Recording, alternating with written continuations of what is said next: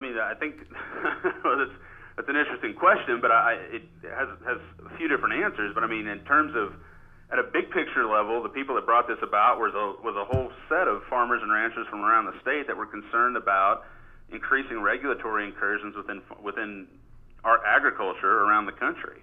I mean, lots of us who are engaged in agriculture and work. I mean, my practice is built around helping farmers and ranchers with legal problems. You know, we look at the trends that are out there, and you look around and you say, you know, there's now a constant push from certain quarters that are well funded to try to create burdensome, expensive over-regulation for agriculture. This amendment was created with a whole roundtable of groups, including all the mainstream agricultural support groups, with advocacy groups within this state.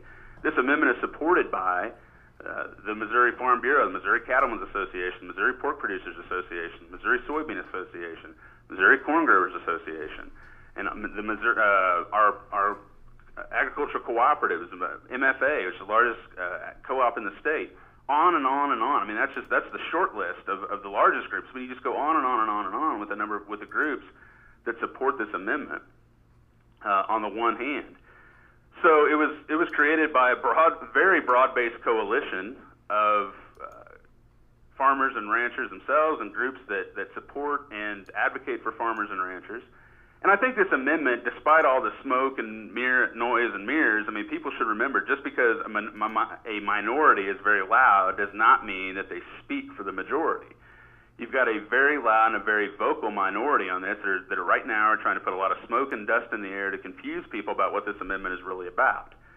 And they also want to confuse folks who don't live in the country about whether or not this amendment is actually supported by farmers. Make no mistake, both anecdotally and from the polling data we see, this amendment is roundly supported by farmers and ranchers themselves around this state. They want this protection, and they're feeling the pressure of increased regulation and the concern about that at both the state and the federal level. There's only so much we can do to fix the federal issues, because it takes a long time to move federal policy around, but at least at the state level, we can protect ourselves by putting an amendment in place, and now's the time to do that.